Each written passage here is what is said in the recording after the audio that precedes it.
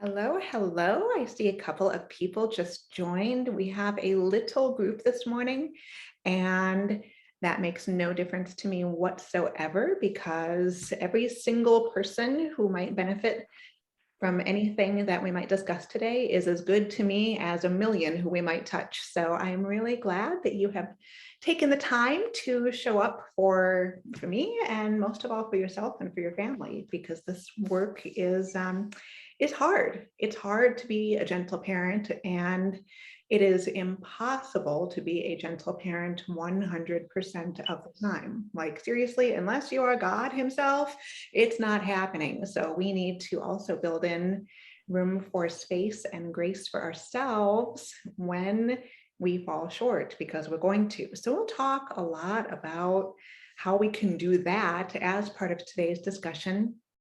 But for starters, if anybody wants to be on camera and interactive and participating, I welcome that. I really want this to be an open dialogue. So if you have questions or feedback or comments about the things that I'm saying, bring them, because I am very real here. And I just want to make this as useful for you as I possibly can. And by the way, this is recorded because we do have some people who couldn't make today, this morning for me. I don't know where you are in the world, but for morning for me here. So some people couldn't make it. So they asked that we get access to chat. And let's see. So anything you have in the chat? Yep, absolutely. I saw your note there, Giovanna, so that makes perfect sense to me. And anytime anybody does want to come on screen, you are welcome to do that. Or if you just want to put questions or comments in the chat, feel free to do that. I am not one of those amazing multitaskers who can read questions and talk at exactly the same time. So if you do have a question that comes into the chat, I will pause, or comment or whatever. I'll pause and read that. And do know that because Zoom is recording my screen, if you do put a question in the chat, it will be visible in the recording, so people will know that that's where the question came from, as opposed to just me switching gears if that's what comes up in our discussion. So with no further ado, many of you probably already know that I am Sarah from Dandelion Seeds Positive Parenting. And just very briefly about my journey and how I know a thing or two about this stuff, I worked in corporate America for almost 20 years before I became a mama. So I joke that I'm actually 200 years old because I've had so many different phases of life, so many chapters before I started this gentle parenting journey. But then I have had 2 pregnancies. I have 1 child who I have the privilege of raising here on earth.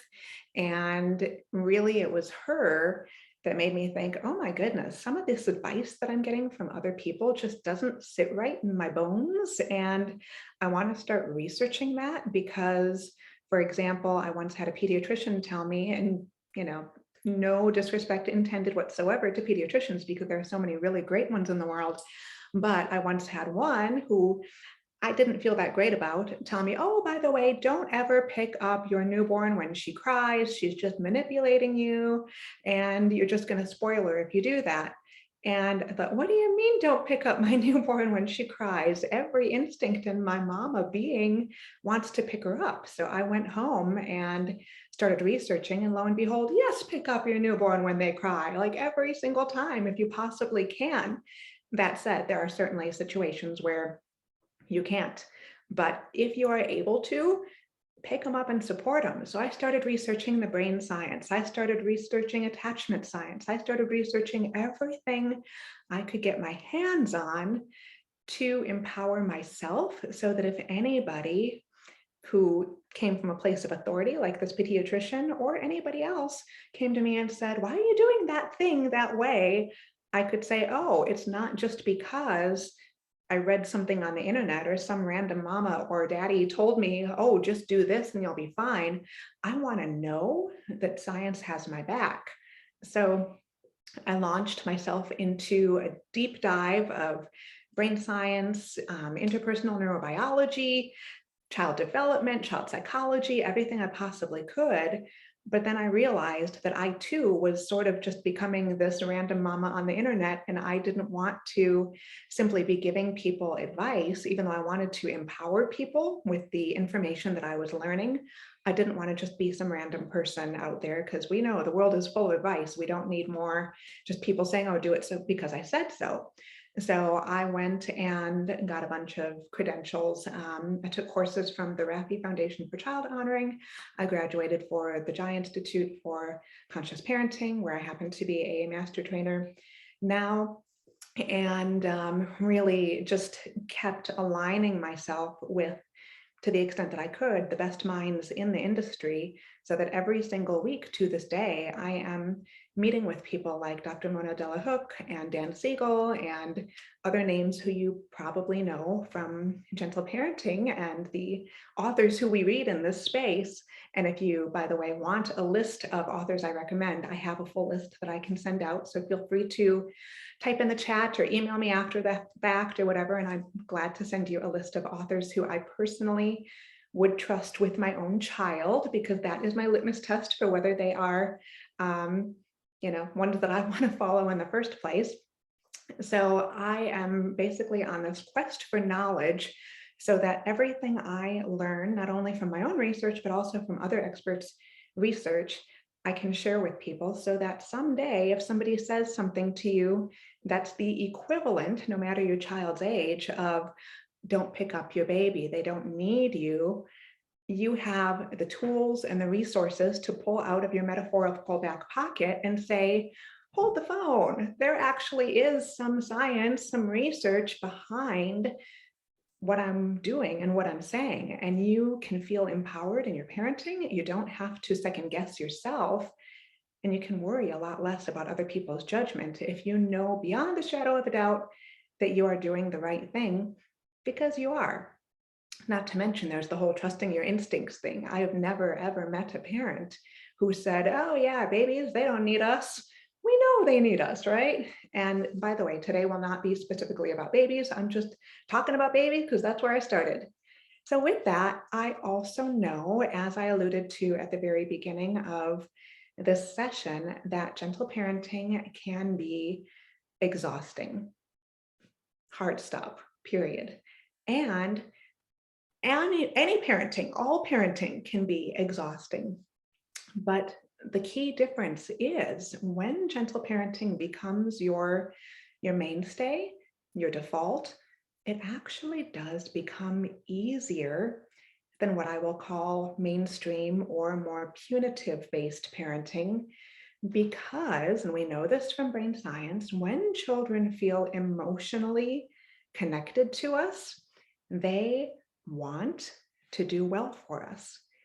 They naturally want to please us. They naturally will do everything and anything they can to stay close to us, because they are hardwired to seek out secure attachment from at least one caregiver. Now, I will primarily refer to caregivers as mamas or mommies or moms in this session today, because that's what I am and that's what I resonate with most strongly. But to be clear on the science, what children actually need most is one stable caregiver on whom they can rely, on whom they can trust, who they know that person is going to consistently and reliably show up for me. So perhaps at some point there will be a dad watching this. Yes, you are totally fair game. A grandparent, yes, you're in. Whoever it is who is a major figure in your child's life, you can be that person, no matter whether they physically, grew and came out of your body, or if you are somebody else, because secure attachment is possible with any caregiver who the child is exposed to on a regular basis. So just wanted to throw those disclaimers out there for starters. But that said, particularly if you are either a single parent or perhaps a parent with a partner, but you may not get a lot of support. Perhaps that person just isn't around a lot. Maybe they're working, maybe they don't live with you, maybe whatever the situation is, it is pretty much all you all the time, and it is exhausting. And what we know about human nature is that when we are exhausted, we've got a shorter fuse, right? We all know when we are tired, we get angry more easily. When we're hungry, we get angry more easily. When we are hangry, which is the colloquial description of hungry and tired at the same time, hangry, it means that we are extra specially struggling and we are going to have a harder time being a peaceful parent. So what do we do about that? Because when it's exhausting, it's just plain exhausting. So starting with little kids and all the way up to great big kids, I don't think there's even a maximum age limit on this necessarily. Our goal is to find as many yeses for ourselves in our day as possible. Now, we've got a couple of different kinds of yeses. We've got yeses for ourselves and yeses for our children. Yeses feel good to the nervous system. And in a class that I teach, by the way, I sometimes do this exercise, and I won't do it now, but I sometimes do this exercise that I learned from Dan Siegel directly, where he will look at whoever's looking at him, his audience, and he will yell the word no multiple times in a row to them. Now, I have seen people in that audience. In fact, I have been one of those people who, when he simply yells the word no repeatedly, some people burst into tears. Some people get really defensive. Some people want to fight back. It brings up this great big reaction in our body of, that doesn't feel right, make it stop. Conversely, he then, thank goodness, he then follows up with saying a very gentle, loving, peaceful, yes, yes, repeatedly to his audience. It's that simple. And the reactions that he gets from that are, "Ooh, I feel so much lighter. Wow, my nervous system feels calmer. I feel better. Oh my goodness, I feel lighter. I feel physically lighter. And this is such a gift." And the only difference is a single word, no versus yes. Now, here's the thing and how it relates to giving ourselves more yeses. We often, as parents, as caregivers, give ourselves a lot of no's, and our children for that matter. Oh, no, I shouldn't eat that. Oh, no, I shouldn't be talking to my child this way. No, I don't deserve to take care of myself. No, I don't have time to do that thing that I know I need to do. Oh my goodness, I'm overwhelmed. I'm struggling. We burden ourselves with an incredible number of no's every single day. And we often are largely to blame for exhausting ourselves. So, first recommendation that I have for you as you work to create more yeses for yourself, and this, of course, will translate to a more peaceful existence, because when you have those yeses in your nervous system, you have more yeses to share with others. And the yeses that you share with others help you feel more connected to those around you. And everybody's life is easier. That's the bottom line. So, a couple of ways you can create more yeses for yourself. Number one, and I have, in fact, I'm going to copy and paste a couple of resources in my, let's see here, how to get, let me look, I'm copying and pasting. You know what? Yeah, okay, so I'm not going to spend a ton of time on more yeses for yourself today, but in the chat, I am putting a mini course that I have, if you are so inclined. I call it the Tired Mom mini course, but essentially the gist of this is, how do you restructure your day in a way where you have space for more yeses? Now, part of this was inspired by a conversation I had with Deanna Mason, who is the founder of Refreshed Moms, and I recommend following her on Instagram if that appeals to you. And I will release that interview that I had with her fairly soon. So stay tuned for that as well. But part of this is inspired by her, part of this is inspired by my own life. It's also inspired by what we know from brain science helps people feel calmer and get a better handle on their day and therefore their life. But what I want you to start by doing is, number one, rather than when you wake up in the morning, just getting to it. Okay, you know what? I've got children to feed. I've got to, somehow get myself clean and dressed or whatever. We often dive into the stuff we have to do. We do it on autopilot. We do it just because it's there, and it's this never-ending cycle.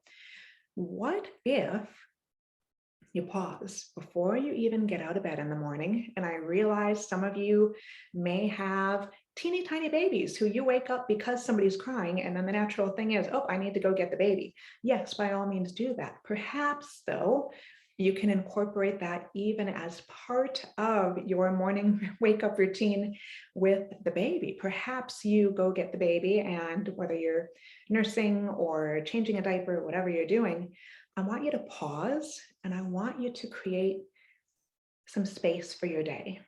Now, you do this a couple of ways. The way that I do it is I happen to pray. So I will start my day with a prayer, and I will also start my day with an intention. And my intention is basically the same every single day, but my intention personally is, it's 3 P's. I like alliteration. So it's 3 P's. May I be peaceful? May I be playful? May I be present? Now, this certainly applies to parenting, because we all know our kids like parents who are peaceful, playful, and present. But frankly, it applies to all of the other relationships we have too.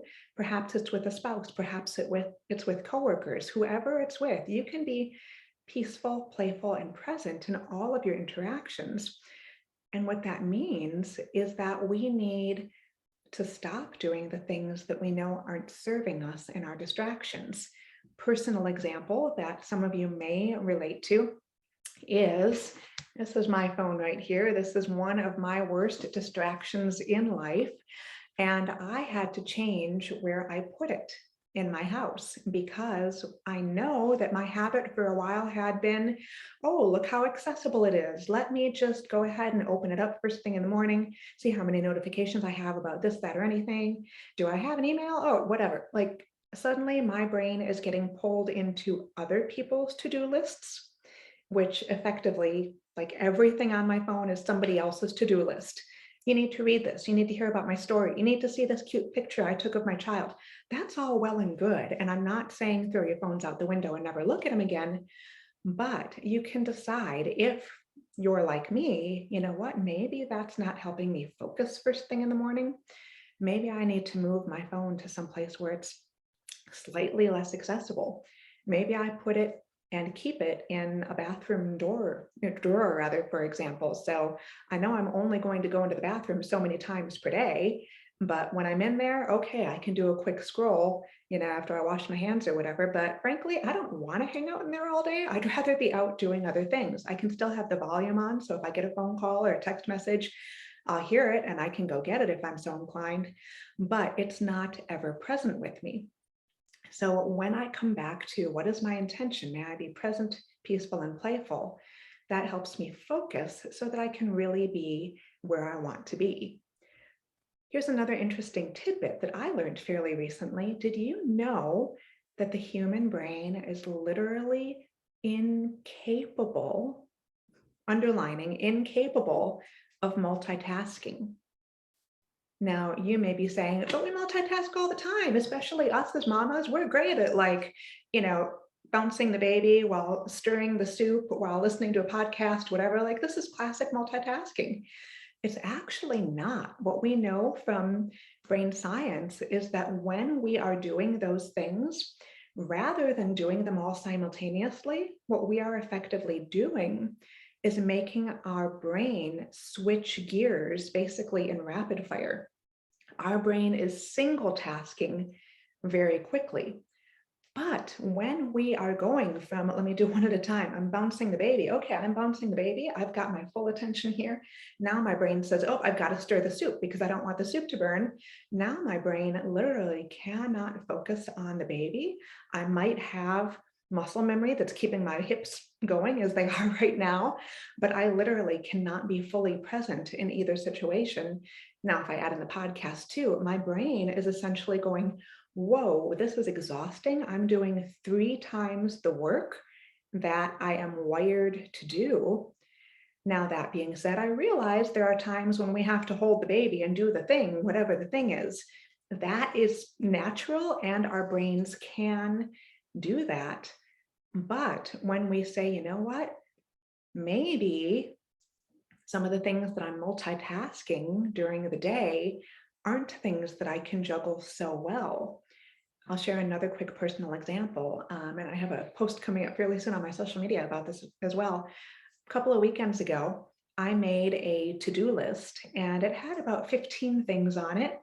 And I looked at that list and instantly I felt overwhelmed. I thought, there is no way I'm going to get all this done today.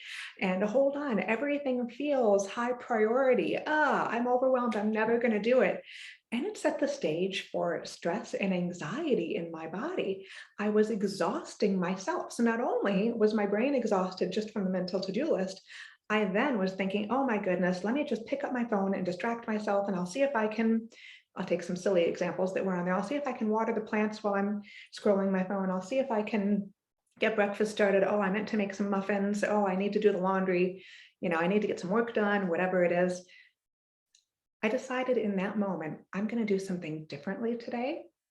And it sounds so simple, but it was amazing. I actually put my phone down, put it away, turned it all the way off so that I would not be tempted. Oh, I'll just go check one quick thing. Oh, I just need that quick dopamine kick. And, which by the way, we actually do get a dopamine kick when we are getting positive feedback on our phones. They are proven scientifically to be addictive. But I put my phone away and said, look, okay, phone, you are not an actual drug. I am not actually addicted to you, even though you're pretending to be a drug. I have the power here to turn you off and go do my thing. And much to my surprise, I actually managed to do all 15 things on my to-do list that morning. And the icing on the proverbial cake, although I did not make a cake, the icing on the proverbial cake was I actually did not feel stressed at all. I felt empowered, I felt accomplished, I felt capable, and that started sending neural connections, reinforcing neural pathways in my brain. I can do this. I've got this. And what do you know? It's only 10 o'clock in the morning. And I thought this stuff was going to take me all day. And it's 10 o'clock in the morning. I can go do whatever the heck I want for the rest of the day. And it was one of the very best gifts that I could have possibly given myself.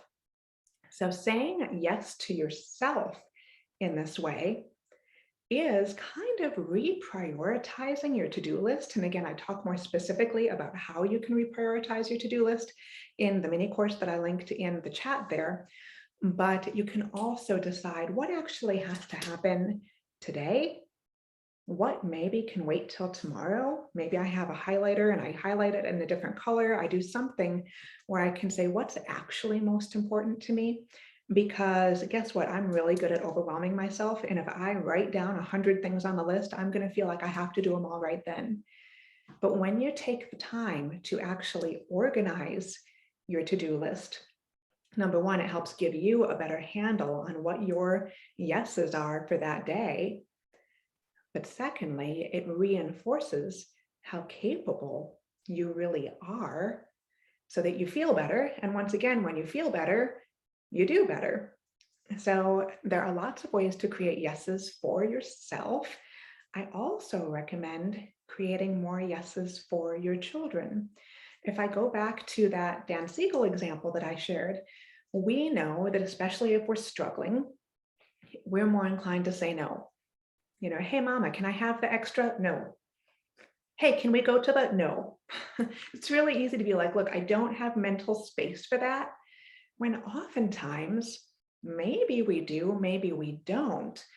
But when we are feeling overwhelmed, our natural reaction is going to be to push back on everything, not just anything, but on everything that feels like it is encroaching on our already exhausted bodies. So, what do we do with that? Number one, I also recommend to-do lists with kids. All right, yes, these are the things you want to do today.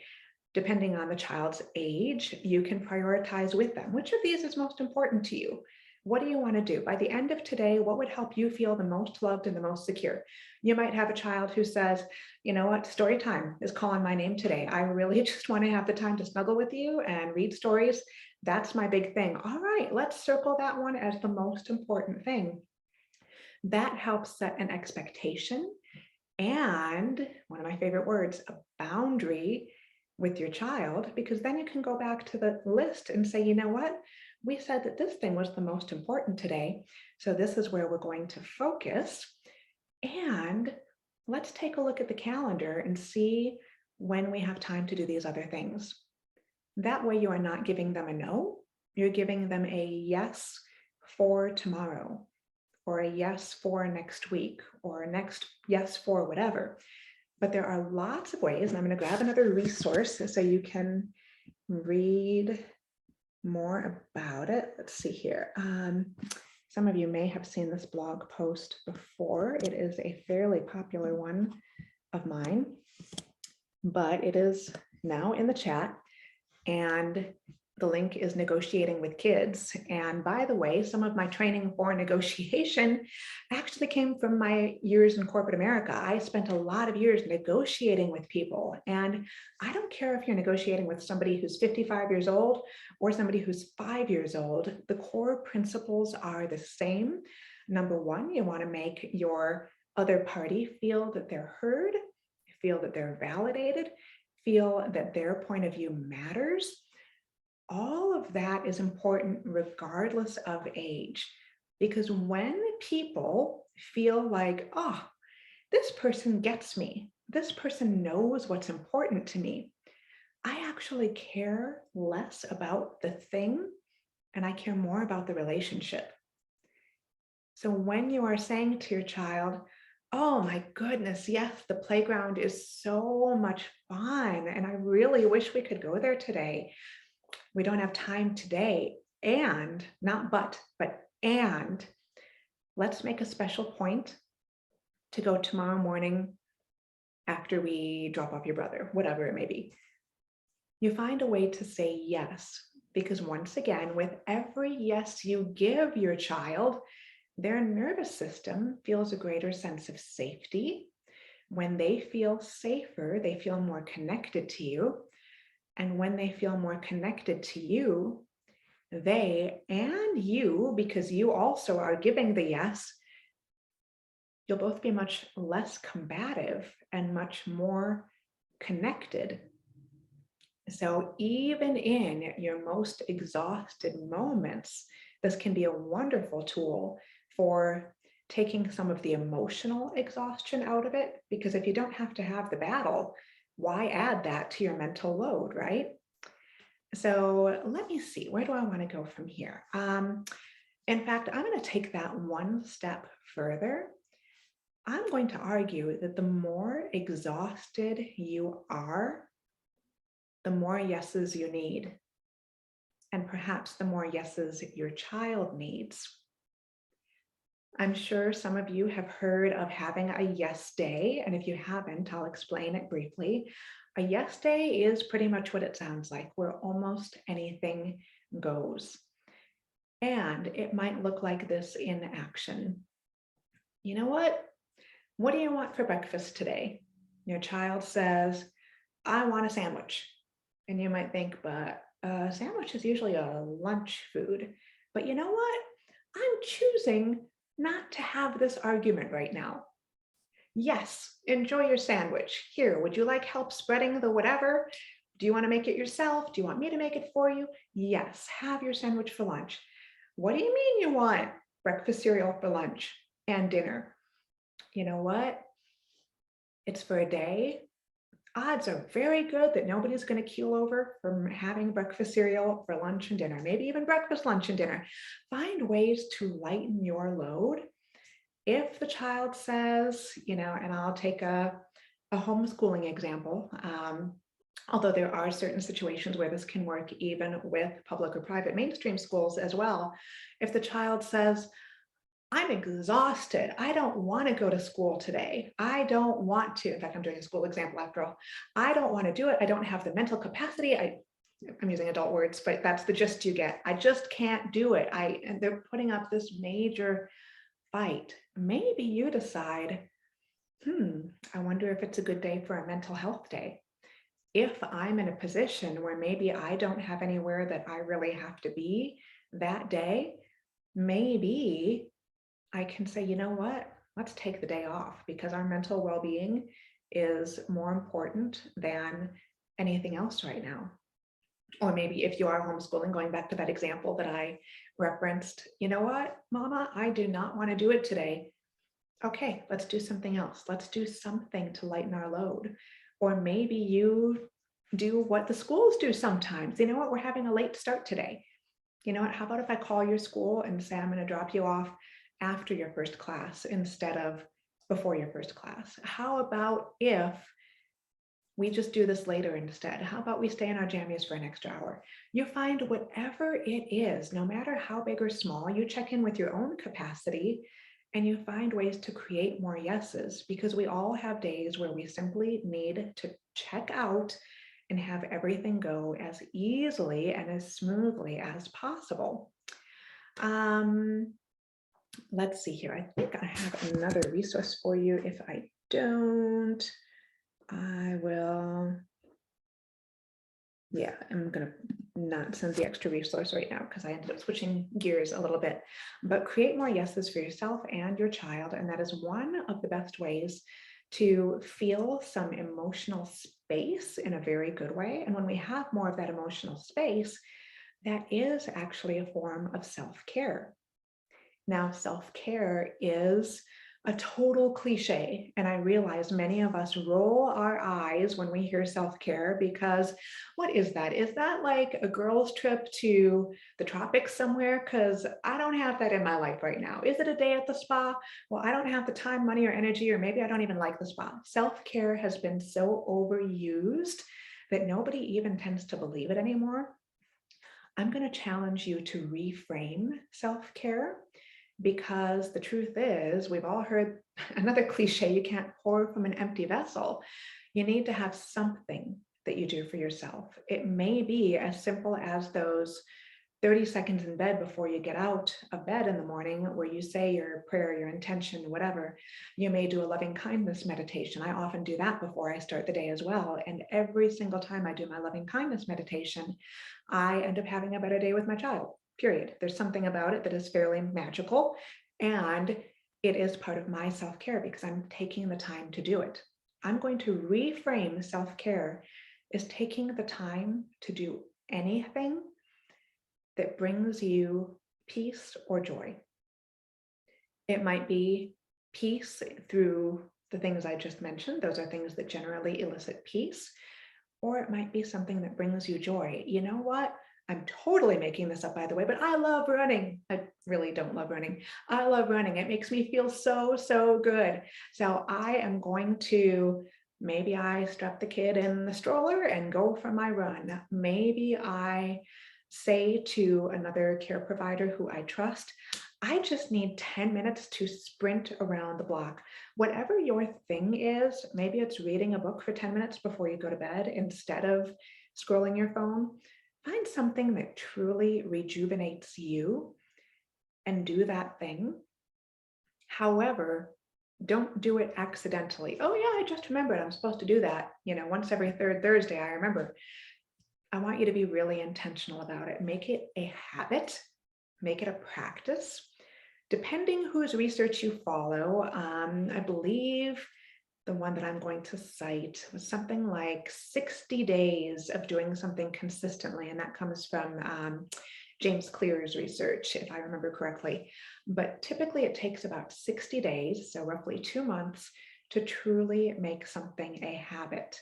So maybe, and I'm sticking with the phone example because it's relevant to me and some of my struggles, maybe every night at 9 o'clock, I set a reminder to pop up on my phone that says, turn off phone and go read. Whatever it is, have some time that you schedule and you consider it as sacred as there's a flight you're trying to catch. There's something else that you simply must do, because it's so common, especially as mamas, to, as we know, put everybody else's needs ahead of our own. And that's all well and good. That's showing our love and our compassion for the children in our lives. But if we do that to our own expense to the point where we've got nothing left, it is virtually impossible to be a gentle parent. And we know this from our own experience when we feel like, when is the last time I had any fun? When is the last time I took a break? We end up getting resentful. And when we're feeling resentful, it is virtually impossible to be peaceful. So make sure you are finding that time for yourself where you do your thing reliably, consistently, and repeatedly until it becomes a true habit for you. Now, that being said, I'm going to switch gears a little bit into, what about those times where I was not gentle, I was not peaceful, I turned into Mamazilla and it was not pretty. How do I repair? How do I even start making it up to my child? I feel like a jerk. I can't believe I acted that way. Well, number one, stop beating yourself up. That's the most important thing I can tell you. Everyone struggles sometimes. Real life example, yesterday, I was really tired. I wasn't nearly as peaceful with my daughter as I want to be. I was not a role model that deserves followers on social media or Facebook or whatever. I was like the epitome of, wow, that's kind of not what not to do rather. Now, did I create any permanent or lasting harm to my child? Absolutely not, because our overall average is strong enough that my hope, my belief, and my science says, you know what, she will look at that as an errant day rather than this is how we always are, and this is the general vibe I have in my home. So our goal is not to be perfect. Our goal is to have as many moments of security with our children as possible. Now, when I say as many moments of security, that means every single day is going to have some bumps. And when you can look compassionately at yourself and say, you know what, today had more bumps than usual, and I have the skills and the tools to have a less bumpy day tomorrow. And you can visualize, because I don't know if you knew this, but scientifically, even when we visualize the specifics of how we want something to go, our brain strengthens our neural pathways as if the visualized experience actually happened. And it helps reinforce, oh, this is what I do next time. So let it go, forgive yourself. If you pray for forgiveness. If you don't, just find a way to forgive yourself so that you truly can release it and say, what I have right now is this moment. In this moment, right this second, even if my child's already gone to bed for the night, in this moment right now, I am peaceful.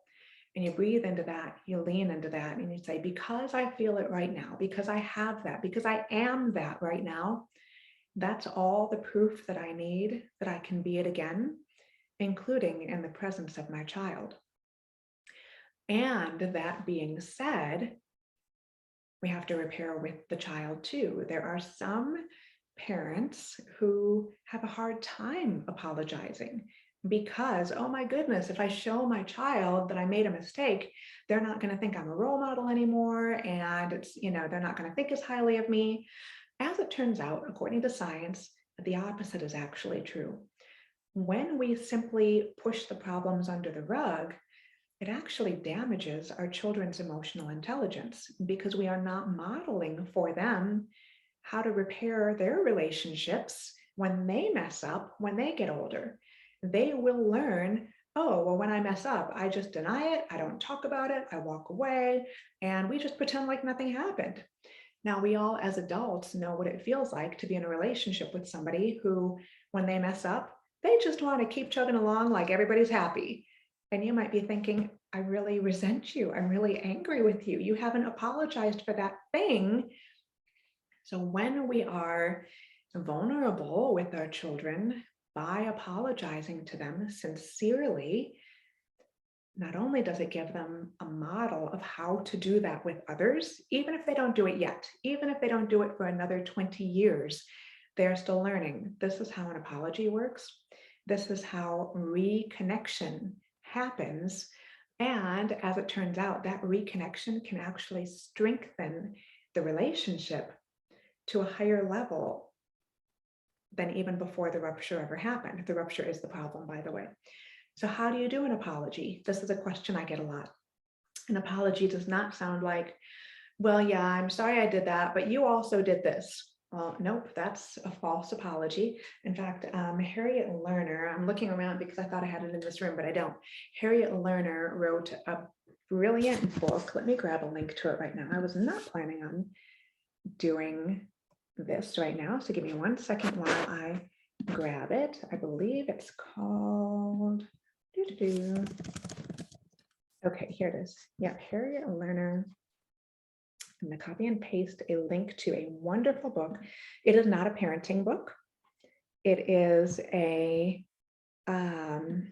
relationship book, but obviously we have a relationship with our child. So let me go ahead and put this one in the chat as well. And that is the book, Why Won't You Apologize by Harriet Lerner. She also wrote things like some books about anger, some books about motherhood. She is a very prolific writer, but this book is a really good one. John Gottman and his wife, also world-renowned psychologists, have some wonderful resources as well about apology and repair. But the short version is this. The short version of an apology is it does not accuse, and it also does not expect. Oftentimes when we apologize, we say, do you forgive me? And we expect, oh yes, I forgive you. A true apology is an attempt at repair without expecting anything in return. Now it has several different components and I will model them for you now. It might be, let's see, I'll make up an example. All right, my child, Jamie, I just made up the name Jamie. It's not my actual child's name. Jamie, I am so sorry. Yesterday, I was feeling really tired and really stressed, and I yelled at you. Here's what I did. I yelled at you. So I'm modeling accountability for here's what I did. I know that my yelling probably really scared you. Step 2 is acknowledging the impact of our behavior on our child. I imagine my yelling really scared you. I apologize for doing that. It was a mistake. Again, accountability without blaming. We are not adding in, well, you left the toys out and I slipped and it hurt and whatever. Forget all that. I apologize for yelling. It was a mistake. Next step, this is perhaps one of the most important parts we can model for our children. Next time I feel like yelling, here's what I'm going to try to do instead. That models to the child that, oh, you're serious about your repair here. This isn't just, oh, I'm really sorry, I'm not going to do it again. We've all heard that before, right? Here it is in action. I'm sorry I yelled at you. Next time I feel like yelling, I'm going to take some calming breaths. I'm going to do those belly breaths we've talked about. And I believe that when I remember to do my belly breaths, that I feel more peaceful, and then I can respond to you in a more peaceful way. And then last but not least, asking for forgiveness. Will you please forgive me? Now, here's the thing. Many kids, I love how honest children are. No, I'm not going to forgive you. Or my personal favorite that my daughter says to me on a regular basis, I might forgive you tomorrow. Oh, okay, maybe tomorrow. I'll just wait around. Well, the thing is, kids get to decide when they feel connected again, because the point of apologizing is to repair the connection. But just because we have said the words doesn't mean that children are ready to hear them and to move on. Scientifically, here's an interesting fact for you. It takes 5 positive interactions with somebody to compensate for every single negative interaction. So when we mess up, we should expect that our child is not just going to say, oh, fantastic, no problem. They might say fantastic, no problem. And if they do, okay, well, maybe this didn't bother them as much as I thought it might. But the point is, the apology is for you to reconnect. It's not about expecting them to accept your apology. And when you have reconnected, then, as I mentioned, you often end up in a stronger place than you were before the rupture even happened in the first place. And by the way, I do have on my website a blog post about rupture and repair, where I share an example from my own life of what it looked like and how I did it to repair with my child. I am definitely not a perfect parent. In fact, many of you probably know I have just finished writing a parenting book. It's not released to the public yet, but hopefully it will be soon. And when I told my daughter that I was writing a parenting book, her first question legitimately was, oh, is it about how to make mistakes? Because apparently I'm really, really good at making mistakes. I thought that was hilarious, by the way.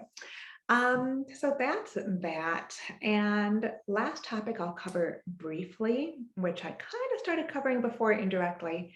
What happens when you are the only parent who is on board with gentle parenting?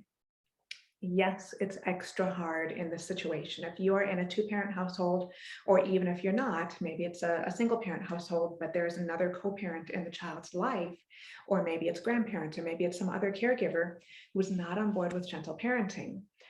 Well, oftentimes when we parent gently, other people feel threatened by that. They will feel like, oh my goodness, well, I turned out fine. Are you trying to change me? What's going on? I don't need to change. What they're failing to realize in these moments is that this isn't about them. This is about the child in front of you. And what you are doing is you are nurturing the relationship that you have with your child, period. Now, nobody in the history of humanity has ever wanted to learn something or learn a new habit, especially gentle parenting, because somebody has said to them, you're so wrong, you're a terrible person, I can't believe you are the worst, parent, grandparent, whatever. So therefore you must be gentle. Because when we're doing that, we are not being a gentle partner or a gentle friend or a gentle whoever we are to that person. We have to model, as hard as it can be, respect for differences and trust that they simply feel threatened oftentimes. Sometimes there are other things going on, but they feel threatened by that. And your job is to keep modeling what to do. I'll share very briefly, you know what? My husband and I thought we were totally on board, same page with gentle parenting when our daughter was born. And as she started growing up, well, as it turned out, we had some different ideas about what that looked like. He grew up in a very different household than I did, although neither of our households was perfect by any stretch.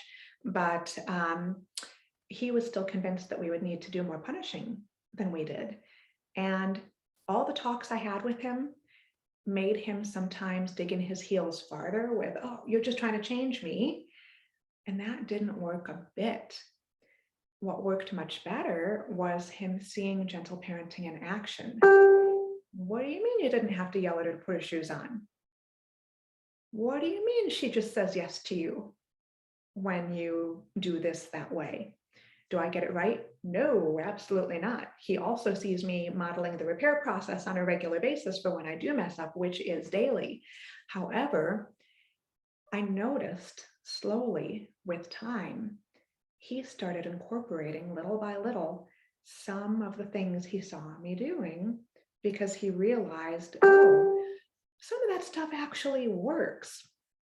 And he is now much more on board with gentle parenting than I ever dreamed possible back in some of those earliest discussions when I felt like we were just going to do this forever and, battle it out.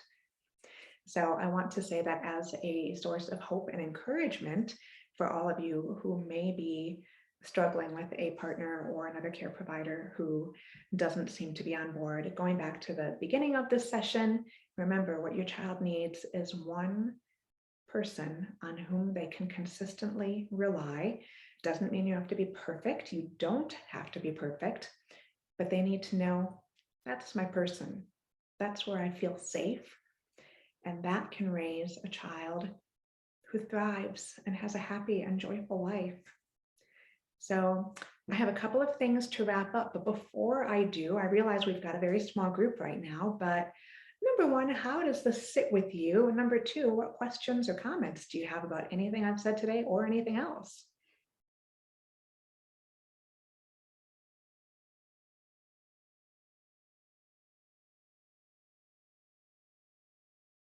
And I'll give you a second to type in the chat if there's anything you want to do there. I really appreciated your definition of self-care. I think that becomes a little bit more clear to me now. So that was helpful. Thank you. Oh, good. Thank you. I appreciate that.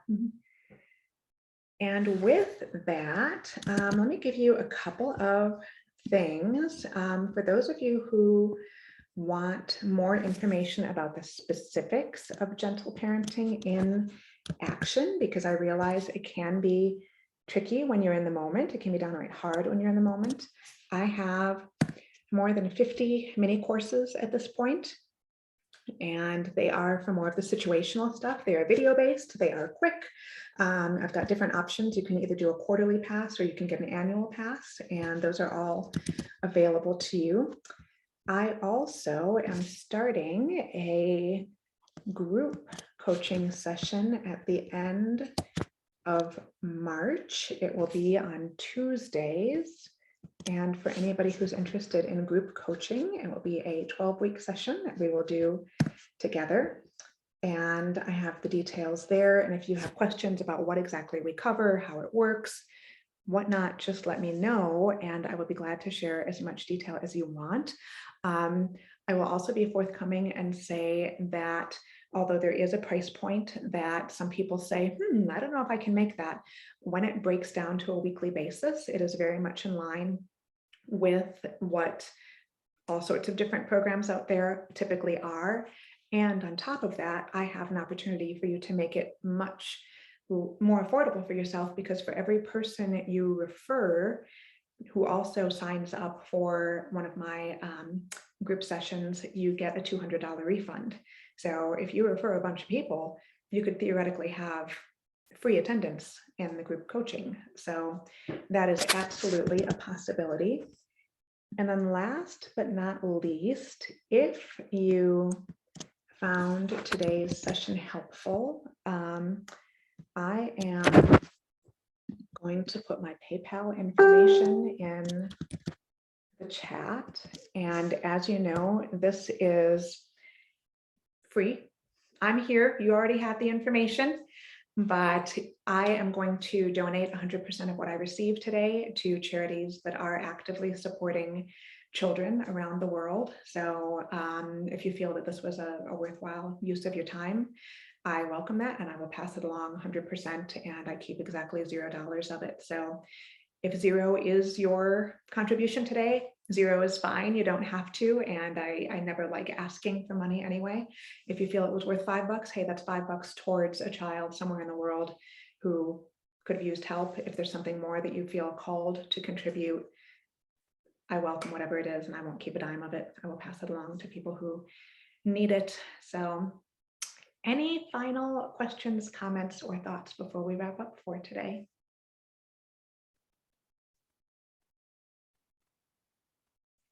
All right. Well, thank you so much for being here with me today. Stay tuned for my book. I can actually say that out loud now. I'm very excited. And if you want to sign up for courses or coaching or anything like that, I'm here for you. I'm not here because I just like creating things on the internet. I am here for you because I want to serve you and make your life as joyful and lighthearted and easy as I possibly can. So thanks so much for being here. Take good care, and I will look forward to seeing you again at some point. Thank you.